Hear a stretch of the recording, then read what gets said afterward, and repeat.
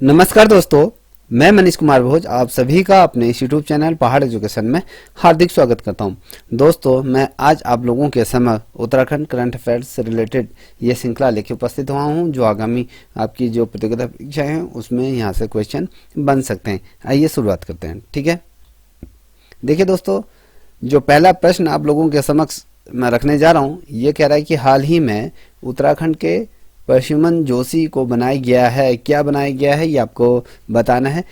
आपका ए राज्यसभा का सांसद बनाया गया है, या बी आपका राज्यसभा का ब्रांड एम्बेसडर बनाया गया है, तो या सी आपका राज्य का राज्यपाल बनाया गया है, या लोकसभा सांसद बनाया हुआ है। तो आपको ये पता होना चाहिए। देखिए दोस्तों, अगर इसका सही आंसर दें तो इनको जो प्रद्युम्न जोशी हैं इनको उत्तराखंड का क्या बनाया गया है, ब्रांड एम्बेसडर वर्तमान समय में बनाया गया है। ठीक है, अब अगर मैं इसके डिटेल में अगर आपको बताऊं तो संगीत के लिए राष्ट्रीय पुरस्कार से सम्मानित प्रद्युम्न जोशी को हाल ही में उत्तराखंड का यहाँ पर क्या बना दिया गया, ब्रांड एम्बेसडर ये बना दिया गया। आपको ये भी पता होना चाहिए कि संगीत के लिए इन्हें राष्ट्रीय पुरस्कार दिया गया है, और हाल ही में आपको ये याद होगा कि इन्हें उत्तराखंड का ब्रांड एम्बेसडर तो नियुक्त किया गया है। और वर्ष 2007 की अगर बात करें तो इनकी एक फिल्म आई थी, जो फिल्म थी तारे जमी पर संगीत माँ वाला गाना था मेरी माँ, जो आपने बहुत पॉपुलर सॉन्ग रहा, गाने के लिए ही इनको क्या दिया गया था, ये राष्ट्रीय स्तर पर इनको ये सम्मान दिया गया था। और प्रद्युम्न जोशी का अगर हम बात करें, इनका अगर जन्म कभी पूछा जाता है कि इनका जन्म कहाँ हुआ है, तो आपको पता होना चाहिए अल्मोड़ा जनपद के दनिया नामक जो ग्राम है वहाँ इनका जन्म हुआ था। और कभी इनका जन्म क्या तिथि पूछी जाती तो 16 सितंबर 1968 को इनका जन्म उत्तराखंड के अल्मोड़ा जिले के ये आपके दनिया ग्राम में हुआ था। ठीक है, अगर हम बात करें जो प्रद्युम्न जोशी हैं, इन्हें हिंदी कवि और लेखक के तौर पे भी जाना जाता है, और जो पटकथा होती हैं और इनके लेखक, और साथ ही अगर आपको बता दें ये भारतीय जो फिल्म सिनेमा जगत है वहाँ पर ये एक रूप से अगर बात करें प्रमुख गीतकारों में से एक हैं, प्रमुख गीतकार ये हैं। और हाल ही में अगर जो 5 व्यक्तियों सहित अगर बात करें तो उत्तराखंड का गौरव सम्मान इन्हें भी दिया गया है। उत्तराखंड के जो 5 व्यक्तियों को जो उत्तराखंड का जो गौरव सम्मान जो दिया गया था, उनमें इन शख्सियतों को भी क्या गया, सम्मिलित कर दिया गया था। अगर बात करें जो वर्तमान समय में अगर प्रद्युम्न जोशी की अगर बात करें, जो भारतीय सेंसस बोर्ड है तो उसमें उसका क्या बनाया गया, अध्यक्ष में। अब सेंसस बोर्ड क्या होता है, जैसे कि जो भी फिल्में रिलीज होती हैं समाज के लिए किस प्रकार की ये हैं, समाज में इसका क्या असर पड़ेगा, इसको रिलीज करनी चाहिए नहीं करनी चाहिए, तमाम चीज़ें ये इसके बारे में वो सर्टिफिकेट इन्हें देते हैं जिससे कि फिल्म रिलीज होती है। तो इस समय ये क्या है, जो भारतीय सिनेमा के अगर हम बात करें सेंसस बोर्ड के अध्यक्ष हैं, आपको पता होना चाहिए। और साथ ही वर्तमान समय में ही इनको उत्तराखंड का क्या बनाया गया है, ब्रांड एम्बेसडर ये बना दिया गया। ठीक, इतना आपको समझ में आ गया होगा। अब बात करते हैं दूसरे प्रश्न की। तो दूसरा प्रश्न क्या कह रहा है, निम्न में से किस गीतकार को वर्ष 2022 में उत्तराखंड गौरव सम्मान से सम्मानित किया है। अब गीतकार की बात करें, देखो वही क्वेश्चन से रिलेटेड यहाँ पर क्वेश्चन पूछा गया है। प्रद्युम्न जोशी है, ये नरेंद्र नेगी है, जुबिन नौटियाल है, पवनदीप राजन। ठीक है, तो दोस्तों अगर इसका सही आंसर दें तो मैंने आपको कहा था कि संगीत के क्षेत्र में भी इनको जो तारे हैं जमीन पे जो गीत था उसके लिए इन्हें क्या दिया गया था, ये पुरस्कार दिया गया था। और 2007 में ये मूवी आई थी, और ये तमाम चीज़ें इनको पता होना चाहिए। ठीक है, ये इसका जो राइट आंसर प्रद्युम्न जोशी ये है। अब बात करते हैं तीसरे प्रश्न की तरफ बढ़ते हैं दोस्तों। तीसरा प्रश्न क्या कह रहा है, ये देखिए, किस अभियान पर आधारित एक किताब को कमला देवी चट्टोपाध्याय NIF PRIZE 2022 का ये विजेता चुना गया है। कौन सी ऐसी बुक है, ये कमला देवी चट्टोपाध्याय द्वारा। ठीक है, अब ये कुली बगैर आंदोलन है, ये पानी राखो आंदोलन है, ये रक्षा सूत्र आंदोलन है, ये चिपको आंदोलन है। तो दोस्तों ये जो लिखी गई है जो ये किताब, ये आपके चिपको आंदोलन से ये रिलेटेड है। ठीक, ऑप्शन डी। और हाल ही में जो शेखर पाठक हैं उनकी ये पुस्तक थी, चिपको आंदोलन पर ये आधारित ये पुस्तक थी।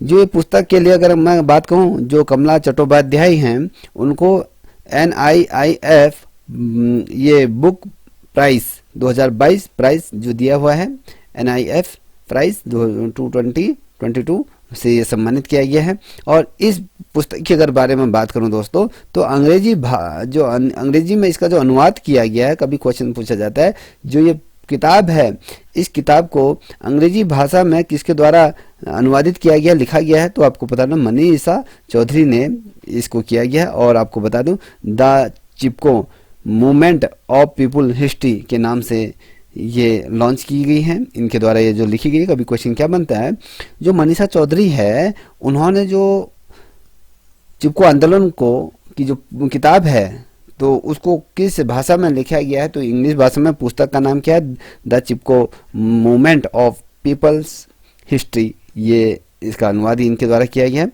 पुस्तक में जो सम्मान पत्र की बात करूं, और जो इनको 15 लाख रुपए की धनराशि दी जाती है। और बता दें जो शेखर पाठक हैं, उत्तराखंड के ये प्रसिद्ध साहित्यकार भी हैं और पर्यावरणवादी भी हैं, और साथ ही अगर बात करें ये पर्वतारोही और कुशल लेखक के तौर पे इन्हें माना जाता है। और 2007 में अगर हम बात करें बच्चों, पद्मश्री पुरस्कार से भी इन्हें सम्मानित किया जा चुका है। कभी क्वेश्चन पूछा जाता है कि पद्मश्री 2007 में किसे दिया गया, तो आपको पता होना चाहिए ये आपके जो शेखर पाठक हैं इन्हें दिया गया है। ठीक है, बहुत ज़्यादा महत्वपूर्ण प्रश्न है, इसे नोट कर लीजिएगा। ठीक, अब बात करते हैं, यहाँ पर देखो चौथा प्रश्न है, चौथे नंबर का प्रश्न है, महाभारत कालीन मंदिर बयानधुरा धाम किस जनपद में ये है, आपको बताना है। चमोली में है, रुद्रप्रयाग में, उधम सिंह नगर में, चंपावत में।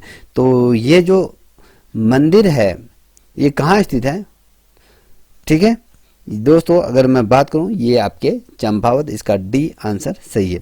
जो महाभारत कालीन जो मंदिर बयानधुरा जो धुरा धाम जो चंपावत जिले में ये स्थित है, अगर हम बात करें हाल ही फिलहाल में ही जो मुख्यमंत्री जो पुष्कर सिंह धामी ने यहाँ पर घोषणा की और बताया कि धुरा से बयानधुरा धाम तक ये एक सड़क का निर्माण शासन द्वारा सैद्धांतिक तौर पे यह स्वीकृति यहाँ मिल गई है, और जिसके कारण ये जो धाम है वर्तमान समय में ये चर्चा का विषय बना है, क्योंकि ये यहाँ पर मान्यता है कि यहाँ पर अज्ञातवास के दौरान जब पांडवों ने अपने यहाँ पर क्या अस्त्र शस्त्र यहाँ पर छुपाए थे, कभी क्वेश्चन बनता है कि किस स्थान पर जो पांडवों द्वारा अपना अस्त्र शस्त्र छुपाया गया था, तो ये महाभारत कालीन मंदिर है बयानधुरा पर यहाँ पर छिपाए थे।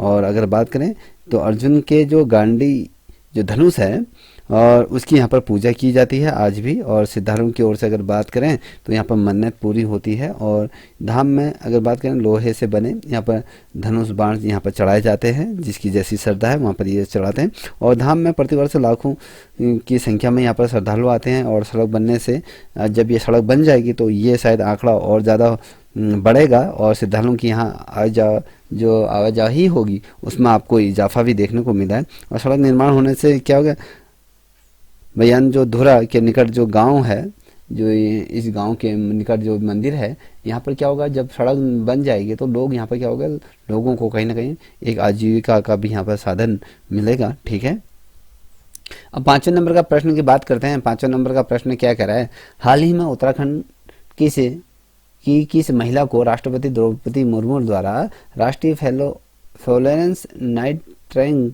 पुरस्कार ये प्रदान किया गया है, ये आपको बताएं। ठीक है, बहुत ज़्यादा महत्वपूर्ण, ये मीनाक्षी सती या शशिकला पांडे या AB दोनों, ये इनमें से कोई नहीं। ठीक, ये आपको बताना है। देखिए दोस्तों, जो ये राष्ट्रीय फ्लोरेंस ये नाइटिंगेल पुरस्कार जो है, इसकी अगर बात करें तो जो राष्ट्रपति द्रौपदी मुर्मू हैं, उन्होंने ये जो नर्स होती हैं, नर्सिंग के अंतर्गत जो नर्सिंग सेवा में जिन्होंने द्वारा उत्कृष्ट कार्य किया जाता है, उत्तराखंड की जो शशिकला पांडे हैं, उनको इस पुरस्कार से सम्मानित किया गया। और शशिकला को जो सम्मान दिया गया था, इन्होंने जो कोरोना काल में जो बेहतरीन कार्य किया, और इन्होंने सभी का यह दिल जीत लिया था अपने एक जिस प्रकार से अपने कर्तव्य के साथ ये जुड़ी रही, अपने कर्तव्य से किसी प्रकार का समझौता नहीं करी। कोरोना काल में भी इन्होंने जो मरीजों की बढ़ चढ़ कर यहाँ पर किया देखभाल करी, तो इसी के लिए इन्हें द्रौपदी मुर्मू द्वारा ये अवार्ड दिया गया था। ठीक है, अब बात करते हैं छठे नंबर के प्रश्न की तरफ बढ़ते हैं। तो ये कह रहा है कि हाल ही में अल्मोड़ा के जुगल पेड़साली को किस पुरस्कार से यहाँ पर नवाजा गया है, ये आपको बताना है। अकादमी अमृत पुरस्कार है, व्यास सम्मान पुरस्कार है, सरस्वती सम्मान पुरस्कार है, बिहारी पुरस्कार है। इनमें से कौन से पुरस्कार से जुगल पेड़साली को यहाँ पर क्या किया गया है, सम्मानित किया गया है, आपको बताना है। ठीक है, 4 ऑप्शन आपके सामने रखे हुए हैं और ये आपको इसके क्या बताना है, एकदम करेक्ट आंसर ये आपको बताना है। ठीक है दोस्तों, अगर हम बात करें जो ये पुरस्कार इनको दिया गया है तो वो पुरस्कार अनुमन सभी को नहीं प्राप्त होता है, क्योंकि इसके लिए उतनी मेहनत और क्या बोलते, अगर हम बात करें उसके लिए एक शब्द है, निष्ठापूर्ण जो अपना योगदान देते हैं। तो संगीत और नाटक अकादमी ने इनको आज़ादी के जब 75 वर्ष जब पूरे होने के उपलक्ष्य पे आज़ादी का जो अमृत महोत्सव जो हम मना रहे थे, उसके तहत यहाँ पर 86 कलाकारों को वन टाइम संगीत अचीवमेंट ये अमृत पुरस्कार की यहाँ पर घोषणा की गई थी। और उत्तराखंड के सिर्फ एकमात्र जो जुगल पेड़साली को यहाँ पर एकेडमी अमृत पुरस्कार ये दिया गया है। ऑप्शन ए आपका यहाँ पर सही है। ठीक है, और देने की यहाँ पर घोषणा की गई थी। और संगीत एकेडमी की बात करें तो अमृत पुरस्कार में एक क्या दिया जाता है, एक ताम्रपत्र और यहाँ पर 1 लाख की यहाँ पर नगद धनराशि यहाँ पर आपको देखने को मिलती है। ठीक है, अब बात करते हैं 7वें नंबर के प्रश्न। तो 7वें नंबर का प्रश्न क्या कह रहा है, हाल ही में उत्तराखंड के लक्ष्य सेन को किस पुरस्कार से नवाजा गया है? मेजर ध्यानचंद पुरस्कार से, अर्जुन पुरस्कार से, पद्म भूषण पुरस्कार से, पद्म विभूषण पुरस्कार से। तो आपको बताना है। देखिए दोस्तों, आप सभी को पता होगा वर्तमान में जो लक्ष्य सेन को अर्जुन पुरस्कार से यह सम्मानित किया गया है। ये 14 नवंबर को जो युवा मामले और जो खेल मंत्रालय ने राष्ट्रीय खेलों के पुरस्कारों की यहाँ पर घोषणा की गई है। यहाँ पर अंचल सत कमल को सबसे बड़ा सम्मान होता है, मेजर ध्यान खेल रत्न से इसे पुरस्कारित किया गया, सम्मानित किया गया है। और इसके अलावा अगर हम बात करें यहाँ पर 25 खिलाड़ियों सहित अगर हम बात करें अल्मोड़ा के जो बैडमिंटन के जो स्टार हैं, खिलाड़ी हैं, लक्ष्य सेन को यहाँ पर क्या किया गया है, अर्जुन पुरस्कार से सम्मानित किया गया। अब देखिए, आपको अगर बात बता दें, जो खेल जगत में जो सबसे बड़ा पुरस्कार माना जाता है, जो मेजर ध्यान खेल रत्न पुरस्कार, ये किसको मिला? अचंत सशक कमल को इस बार क्या मिला गया, ये पुरस्कार दिया गया है। ठीक है, अब बात करते हैं, ये जो देख रहे हो गया 8वें नंबर का प्रश्न, ये हमने बात कर ली है। और अब बात करेंगे 9वें नंबर के प्रश्न की तरफ बढ़ रहे हैं। देखिए 9वें नंबर का प्रश्न क्या कर रहा है, हाल ही में जारी स्वच्छ सर्वेक्षण 2022 की रिपोर्ट के अनुसार उत्तराखंड का सबसे स्वच्छ शहर कौन सा है, ये आपको बताना है। हल्द्वानी है, नैनीताल है, देहरादून है या हरिद्वार है? तो दोस्तों आपको अगर हम बता दें, जो ये सबसे स्वच्छ शहरों की श्रेणी में जिसे आया, ये आपके हरिद्वार को रखा गया है। ठीक है, सबसे स्वच्छ शहर आपको, अगर हम बात करें, ये देहरादून को दिया गया है। जब ये सर्वेक्षण रिपोर्ट सूचकांक जब जारी किया गया था, उसमें पहला स्थान आपके देहरादून को दिया गया है। ठीक है, और ये रिपोर्ट जारी कौन करता है? जो स्वास्थ्य सर्वेक्षण रिपोर्ट है 2022 के आधार पर अगर हम बात करें, उत्तराखंड का जो सबसे स्वच्छ शहरों में देहरादून को प्रथम स्थान दिया गया है। और उत्तराखंड के हरिद्वार को 1 लाख से अधिक आबादी वाले जो शहरों में जो सर्वश्रेष्ठ गंगा टाउन पुरस्कार यहाँ पर इसको मिला है। ठीक है, और साथ ही अगर बात करें 100 से कम जो स्थानीय निकाय वाले राज्यों में उत्तराखंड को क्या मिला है, 30 स्थान मिला। देखिए उत्तराखंड को यहाँ पर 3 चीज़ें हो रही हैं। पहले स्वच्छता सर्वेक्षण रिपोर्ट 2022 के आधार पर अगर हम बात करें, जो जिसे सबसे स्वच्छ शहर का जो पुरस्कार मिला उत्तराखंड का, यहाँ पर देहरादून है। और वहीं और जो देहरादून तो पहले स्थान पर है ही, और हरिद्वार को 1 लाख आबादी वाले जो शहरों के अगर हम बात करें, जो सर्वश्रेष्ठ गंगा टाउन के लिए यहाँ पर पुरस्कार इसको दिया गया है। और 100 से कम जो स्थानीय निकाय वाले राज्यों में उत्तराखंड को यहाँ पर क्या मिला है, 3रा पोजीशन यहाँ पर मिली हुई है। ठीक है, अब 10वें नंबर का प्रश्न की बात करते हैं, हाल ही में किन्हें world book of records London का एक्सीलेंस अवार्ड दिया गया है। यहाँ पर गणेश मर्तोलिया, डॉक्टर राकेश कुमार, लेफ्टिनेंट गुरमीत सिंह, पुष्कर सिंह धामी। तो ये आपको बताना है तो ये किसका दिया गया है। दोस्तों अगर हम बात करें इस पुरस्कार को तो ये पुरस्कार आपके डॉक्टर राकेश कुमार को ये दिया गया है। और वर्तमान में जो अगर हम बात करें डॉक्टर जो राकेश कुमार हैं ये आपके लोक सेवा आयोग के ये अध्यक्ष हैं। इनको world book of records London का एक्सीलेंस अवार्ड यहाँ पर प्रदान किया गया है। और ये पुरस्कार उन्हें लोक सेवा आयोग की जो कार्यप्रणाली थी और परीक्षाओं को आयोजित कराने का जो सही तौर तरीका होता है उसकी पारदर्शिता के लिए यहाँ पर दिया गया। अगर मैं बात करूँ तो ये अवार्ड दिया गया है तो मुझे नहीं लगता ये अवार्ड के हकदार भी हैं। क्यों, अगर मैं ऐसा क्यों कह रहा हूँ, आपको पता है अगर इतना ही अच्छी तरीके से अगर लोक सेवा आयोग में जो कार्यप्रणाली तो ठीक है इनकी, जो परीक्षा का आयोजन कराया जा रहा था उसमें जो चतुर्वेदी जैसे लोग अगर इनके अधीन कार्यरत थे तो उन पे इन्होंने कार्रवाई किए समय पर रहते क्यों नहीं थे। जो ये आपके पेपर लीक नहीं होने चाहिए, पटवारी का पेपर हो गया, कहीं ऐसी चीज़ें भ्रांतियाँ यहाँ पर इस आयोग में रही।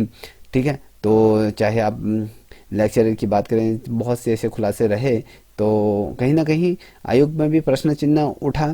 तो ठीक है, ये मेरा खुद का मानना है। तो इन्होंने बेहतरीन कार्य के लिए इन्हें दिया गया है। ठीक है, अब बात करते हैं 11वें नंबर के प्रश्न की तरफ बढ़ रहे हैं।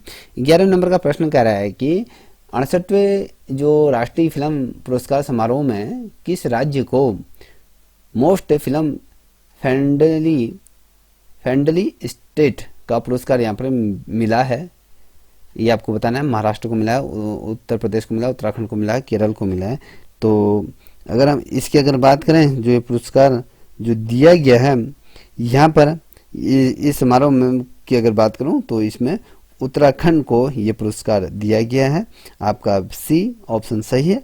68वें जो फिल्म फेयर जो अगर हम बात करें जो पुरस्कारों की यहाँ पर समारोह हुआ था, ये समारोह कब हुआ था, कभी क्वेश्चन पूछा जाता है तो 30 सितंबर 2022 को ये नई दिल्ली में ये आयोजित किया गया था, जिसमें जो अभिनेत्री जो आशा पारेकर को इस बार का क्या दिया गया है, जो 52वें जो दादा फाल्के पुरस्कार से यहाँ पर सम्मानित किया गया। ये वाला क्वेश्चन आपको जो मैं रख रहा हूँ बहुत ज़्यादा महत्वपूर्ण है।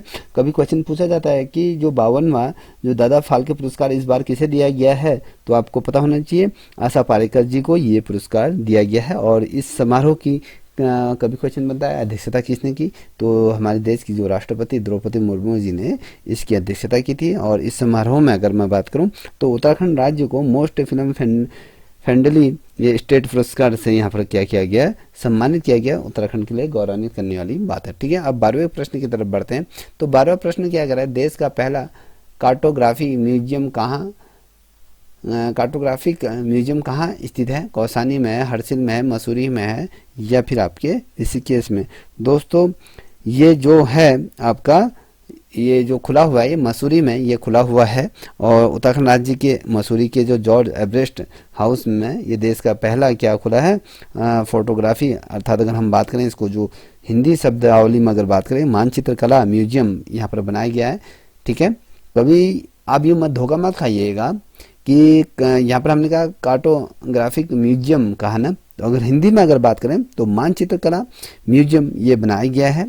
और इसमें जो म्यूजियम में जो माउंट एवरेस्ट की ऊंचाई मापने वाले जो सर थे, अगर हम बात करें जिनके द्वारा माउंट एवरेस्ट की ऊंचाई जो नापी की थी, जॉर्ज एवरेस्ट के यहाँ पर जो संग्रह जो पात्र थे और उनके द्वारा जो अभिलेख लिखे गए हैं वो भी आप लोग देख पाओगे। साथ ही जो प्रसिद्ध पर्वतारोही रहे जो नैन सिंह रावत की यहाँ पर अभिलेख भी यहाँ पर रखे गए हैं, तो ये अपने आप में बड़ी बात है। ठीक है, अब बात करते हैं 13वें नंबर की प्रश्न। तो 13वें नंबर का प्रश्न क्या कह रहा है, राष्ट्रीय सांख्यिकी आयोग के नए अध्यक्ष किन्हें बनाया गया है, ये आपको बताना है। एम परमाशिवम या राजीव लक्ष्मण कंदारिक या मनोज सोनी या राजीव कुमार। तो ठीक है, ये आपको बताना है। तो दोस्तों अगर इसका सही आंसर दूं तो आंसर इसका है बी राजीव लक्ष्मण कंदीकर ये हैं, ठीक है। और इनको भारत के जो राष्ट्रीय सांख्यिकी आयोग है, जिसके अंतर्गत अंशकालीन अध्यक्षता के रूप में इनको यहाँ पे किया गया है, नियुक्ति किया गया है। और जो गणित और सांख्यिकी के अनुप्रयोग के लिए ये व्यापक रूप से ये प्रसिद्ध हैं। अगर आपको बता दूं कि भैया जो राष्ट्रीय सांख्यिकी आयोग की अगर बात कर रहा हूँ तो इसका जो गठन हुआ था 1 जून 2005 को इसका गठन किया गया था। और इसका मुख्यालय कहाँ है, तो क्वेश्चन बनता है तो आपको पता होना चाहिए, नई दिल्ली में इसका क्या है, मुख्यालय है, ठीक है। आप 14 नंबर की ओर बढ़ते हैं। तो 14 नंबर की जो क्वेश्चन है, भारतीय ओलंपिक संघ की पहली महिला अध्यक्ष कौन है? यह द्युति चंद है, या पीटी उषा है, ये किरण बेदी है, या हिमा दास? तो दोस्तों ये आपको बताना है, ठीक है। बहुत महत्वपूर्ण प्रश्न है। ये जो बनाई गई है ये आपके पीटी उषा है, जिनको निर्विरोध यहाँ पर चुना किया था। ये क्यों चुना गया था? देखिए, आपको पता है जो इंडियन ओलंपिक एसोसिएशन है, IOA जिसे हम बोलते हैं, इतिहास में अगर हम देखें, इतिहास की अगर बात करें तो पहली बार इस पद पर कोई महिला कैंडिडेट यहाँ पर चुना गया है, जो कि आपके पीटी उषा हैं। और देश की जो उड़ान परी के नाम से क्या है, आपको पता है कि उड़ान परी के रूप में आपके जो मशहूर जो धावक हैं, तेज धावक जिन्हें बोला जाता है, पीटी उषा को यहाँ पर अभी भारतीय ओलंपिक संघ की पहली यहाँ पर महिला अध्यक्ष निर्विरोध यहाँ पर चुना गया है। कभी क्वेश्चन क्या बनता है कि देश की उड़ान परी के नाम से कौन मशहूर है, तो आपको पता होना चाहिए, पीटी उषा को जाना जाता है, ठीक है। अब वहीं 15 नंबर के प्रश्न की तरफ बढ़ते हैं। तो प्रश्न ये क्या कह रहा है, 15 नंबर का प्रश्न कह रहा है कि हाल ही में किस समाज सेवी संस्था इंदिरा गांधी शांति पुरस्कार से सम्मानित किया गया? प्रथम, यह प्रयास, या प्रोजेक्ट नन्ही कली, या प्रेरणा? तो इनमें से किसको ये सम्मान दिया गया है, ये आपको बताना है। देखिए, जो शिक्षा में अगर हम बात करें, शिक्षा के क्षेत्र में जो गुणवत्ता को सुनिश्चित करने के लिए जो अलग अलग कार्य करती हैं, जो समाज सेवी संस्थाएं होती हैं, उनको ये पुरस्कार दिया जाता है। जो ये पुरस्कार प्रथम बार जो दिया गया था 2021 में ये दिया गया था, ये इंदिरा गांधी शांति जो ये पुरस्कार है, ये पुरस्कार आपको यहाँ पर दिया जाता। ये जो पुरस्कार किसके अंतर्गत दिया गया था, तो ये आपको पता होना चाहिए, ठीक है। ये जो विकास पुरस्कार होता है उसको ये दिया गया है, ठीक है दोस्तों। यहाँ पर जो प्रयास है इसको ये दिया गया है। अब बात करते हैं अगले प्रश्न की। अगला प्रश्न कह रहा है कि किस राज्य ने धर्मांतरण विरोधी यहाँ पर कानून को सख्त बनाने के लिए ये विधेयक पारित किया है? आपको बताना है। उसके अंतर्गत आपका ये हिमाचल प्रदेश है, उत्तराखंड है, या गुजरात है, या हरियाणा है। किस राज्य ने धर्मांतरण विरोधी जो कानून को सख्त तौर पर इसे बनाने के लिए विधेयक पारित किया गया है, ये आपको बताना है। देखिए दोस्तों, ये जो है ना, ये उत्तराखंड सरकार द्वारा इसे 2018 में जब जबरदस्ती जो धर्मांतरण को रोकने के लिए यहाँ पर 1 साल के लिए इसे ये कानून बनाया गया था, जिसमें अगर हम बात करें, ये कानून बनाने से अगर किसी का ज़बरदस्ती धर्मांतरण किसी अन्य धर्म में अगर किसी को ज़बरदस्ती ट्रांसफ़र किया जाता है तो इसमें 1 से 5 साल की यहाँ पर सज़ा दी जाती है। और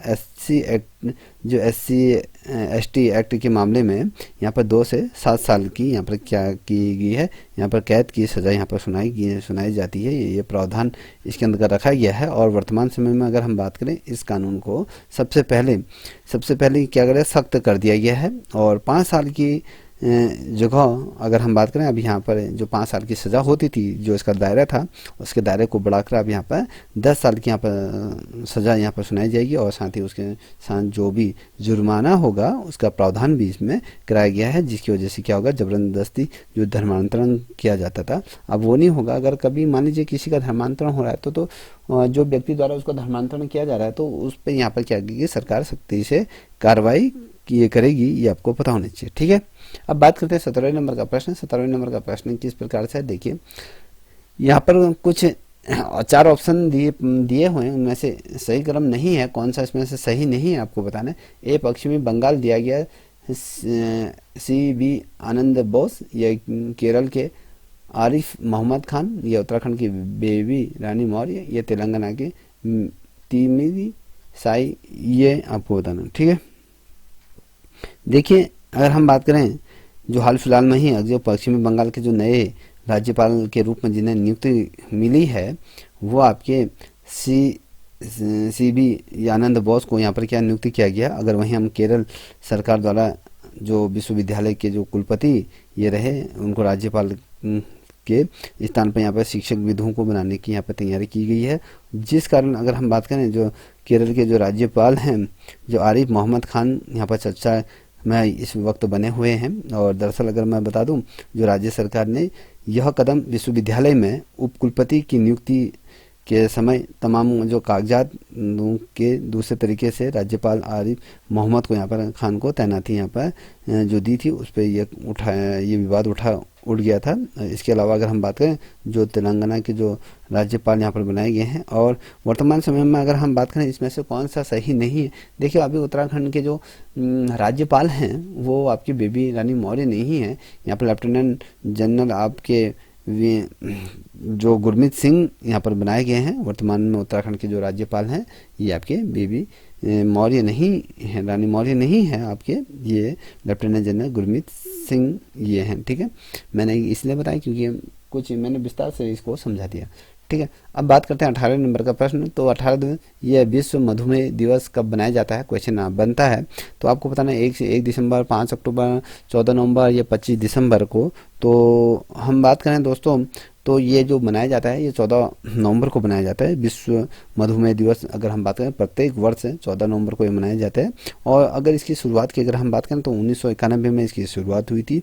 और इस दिवस को मनाने का कारण जो रहा, सर डेविड बैटिंग करके एक शख्सियत हैं, उनके जन्म पर इसको बनाया जाता है। 1922 में अगर हम बात करें चार्ल्स बेस्ट और जॉन रिचर्ड मैकाले के साथ यहाँ पर मिलकर इन्होंने क्या इंसुलिन की यहाँ पर खोज की थी। ठीक है, और विश्व मधुमेह दिवस 2021 से 23 का जो विषय इस बार रहा है यह मधुमेह देखभाल तक पहुँचाना, अभी तक तो नहीं कब, ये वाला इसका है। ठीक है, कभी पूछा जाता है कि इस बार का जो विश्व मधुमेह दिवस का जो स्लोगन क्या है, अगर पूछा जाता है विषय क्या है, मधुमेह देखभाल तक पहुंच अब नहीं तो कब, ये वाला स्लोगन इस बार है। ठीक है, अब 19वें नंबर के प्रश्न की तरफ बढ़ रहा हूं मैं।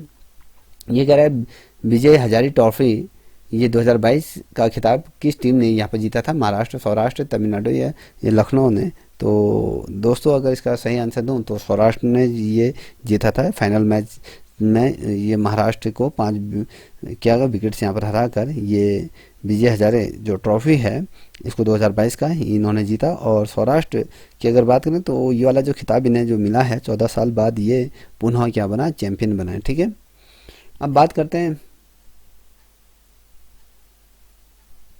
मानगढ़ टाइगर रिजर्व कहाँ स्थित है, 20वें नंबर का है, गुजरात में, पश्चिम बंगाल का, मध्य प्रदेश में, उत्तर प्रदेश में। तो दोस्तों जो ये है उत्तर प्रदेश में ये स्थित है। ठीक है, आपका ऑप्शन सी ना ऑप्शन डी आपका सही है। तो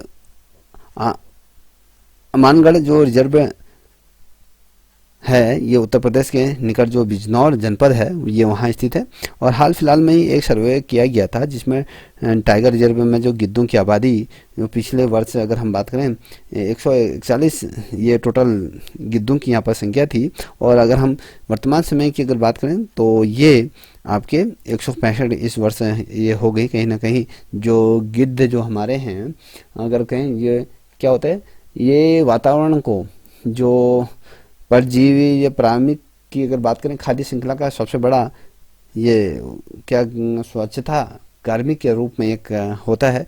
जितने भी सड़ा गड़ा मांस होता है जो प्रदूषण या कहें समाज के लिए जो हानिकारक होता है तो वो कहीं ना कहीं उसका ये क्या करते हैं, सफाचट ये कर जाते हैं। ये आपके अगर हम कहें जो ये प्रकृति के क्या है स्वच्छ कार्मिक के तौर पर इन्हें माना जाता है। ठीक है, अब देखिए 21वें नंबर का प्रश्न अगर मैं आप लोगों के सामने रखूं तो 21वें नंबर का प्रश्न क्या है, हिमालयी राज्यों का पहला मसाला उद्यान कहाँ स्थापित किया गया है। ये हिमाचल प्रदेश में किया है, उत्तरांचल में किया गया, सिक्किम में किया गया, असम में किया गया है। तो दोस्तों आपको मैं बता दूं तो ये उत्तराखंड में किया गया है। उत्तराखंड के जो रानीखेत के सोनी है ना, सोनी वेंचर है में नवनिर्मित ये देश का क्या है, पहला हिमालयन मसाला उद्यान यहाँ पर स्थापित किया गया है। इस उद्यान की अगर हम खास बात करें तो यहाँ पर प्रजातियों के संरक्षण के साथ स्पाई टूरिज्म के रूप में भी इसको विस्तार यहाँ पर दिया जा रहा है।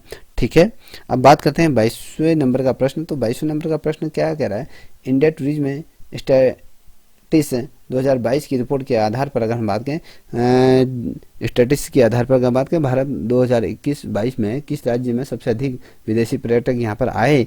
ये महाराष्ट्र में आए थे, उत्तराखंड में आए थे, गुजरात में आए थे, जम्मू कश्मीर में। तो ये यहाँ सबसे ज़्यादा इस वर्ष कहाँ ये आए थे, ये आपको बताना है।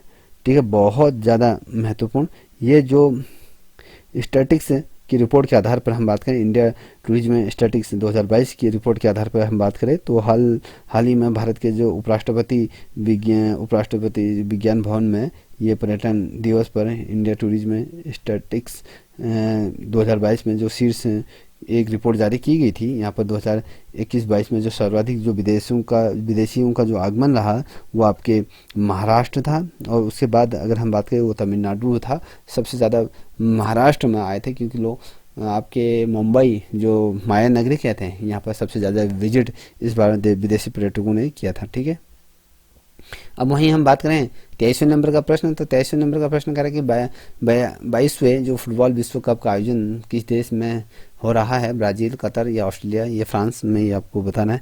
देखिए दोस्तों, अगर हम बात करें जिस प्रकार से आप सभी को पता है कि फीफा वर्ल्ड कप 2022 का जो आयोजन इसमें कहाँ किसने किया था, ये कतर ने ये करा था। ठीक है, कतर की जो राजधानी थी दोहा में ये हुआ था। 2010 में ये घोषणा की गई थी कि 2022 का जो फीफा विश्व कप है ये कतर में ये आयोजित किया जाएगा, और उस वक्त से लेकर आज तक की अगर बात करें तो ये कतर के पास 12 साल थे इस इवेंट को कराने के लिए। इन 12 सालों में कतर ने यहाँ पर 8 स्टेडियमों को रोकने के लिए जो होटल की बात करें या नई जो रेल लाइन थी उनको बिछाने या कहें एयरपोर्ट बनाने का जो विस्तार रखा था इन्होंने, ये जून तक यह क्या कर दिया गया, जून से जुलाई में ये भीषण गर्मी यहाँ पर पड़ती है, तो इस बार इन्होंने वर्ल्ड कप का आयोजन सर्दियों में यहाँ पर किया गया था। तो ये तमाम चीज़ें अपने देश में ये कराने के लिए इन्होंने सभी चीज़ों का हैंडल किया किस प्रकार से होना चाहिए। अब 24वें नंबर का प्रश्न कह रहा है कि हाल ही में रिपोर्ट के अनुसार स्टील उत्पादन में भारत का कौन सा स्थान है? पहला, दूसरा, तीसरा, चौथा।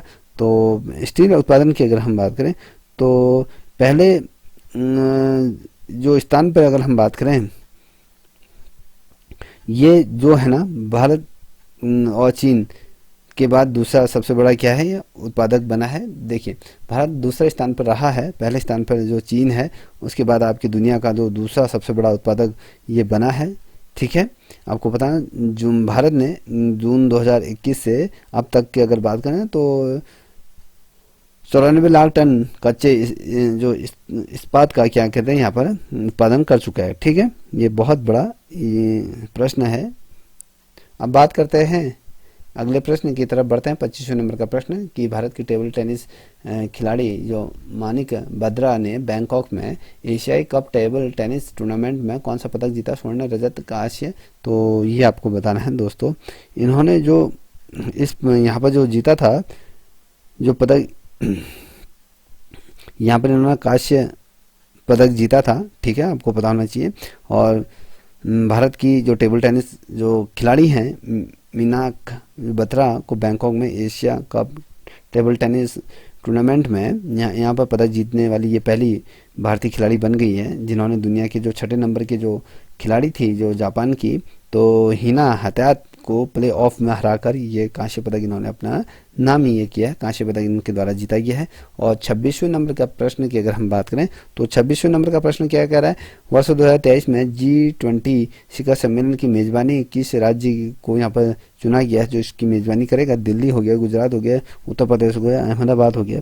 तो दोस्तों कौन इसका ये करने जा रहा है? तो दोस्तों अगर मैं बात करूं, ये दिल्ली इस बार इसका क्या कर रहा है, अध्यक्षता कर रहा है G20 जो शिखर सम्मेलन को 18वें शिखर सम्मेलन का आयोजन यहाँ पर 2023 में हमारे भारत का में के जो केंद्र शासित प्रदेश की अगर बात करें जो नई दिल्ली में किया जाएगा। और भारत ने क्या करा, G20 की जो अध्यक्षता का जो प्रारंभ जो किया है, हाल ही में जो हुआ है G20 के 17वें शिखर सम्मेलन का आयोजन जो हुआ था, या 18वें तो भारत में हो रहा है, 17वें का जो शिखर सम्मेलन का आयोजन हुआ था वो इंडोनेशिया में किया गया था। ठीक है, अब बात करते हैं 27वें नंबर का प्रश्न। नेपाल का जो नए प्रधानमंत्री किन्हें बनाया गया है, आपको भी बताना है।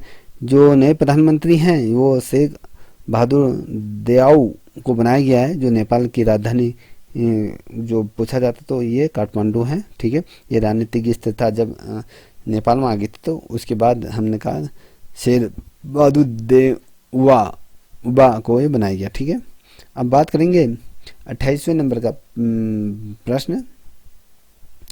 ये कह रहा है कि देश ने T20 विश्व कप का खिताब जीता था, पाकिस्तान, भारत, इंग्लैंड, ऑस्ट्रेलिया। तो दोस्तों आपको बता दूं जो जीता था ये T20 वर्ल्ड कप का, ये इंग्लैंड ने इस बार अपना ये क्या गया था, ये T20 कप अपना नाम किया था। आईसीसी की जो T20 विश्व कप के फाइनल में पाकिस्तान को यहाँ पर क्या करा, 5 विकेट से हराकर इंग्लैंड ने इस बार क्या करा, इस विश्व कप को अपने नाम किया था। और ठीक है, सैम करन को यहाँ पर अंतिम मैच के लिए यहाँ पर प्ले ऑफ द मैच यहाँ पर दिया गया, और टूर्नामेंट के लिए प्ले ऑफ द मैच का अवार्ड भी यहाँ पर दिया गया था। ठीक है, ये जो प्रश्न है बहुत ज़्यादा महत्वपूर्ण प्रश्न की श्रृंखला आप लोगों के समक्ष रखिए। दोस्तों यदि आप लोगों को ये श्रृंखला पसंद आई हो तो प्लीज़ इसे लाइक शेयर सब्सक्राइब अवश्य करें, साथ ही अपने दोस्तों के साझा करें। तब तक के लिए इतना ही। जय हिंद, जय भारत।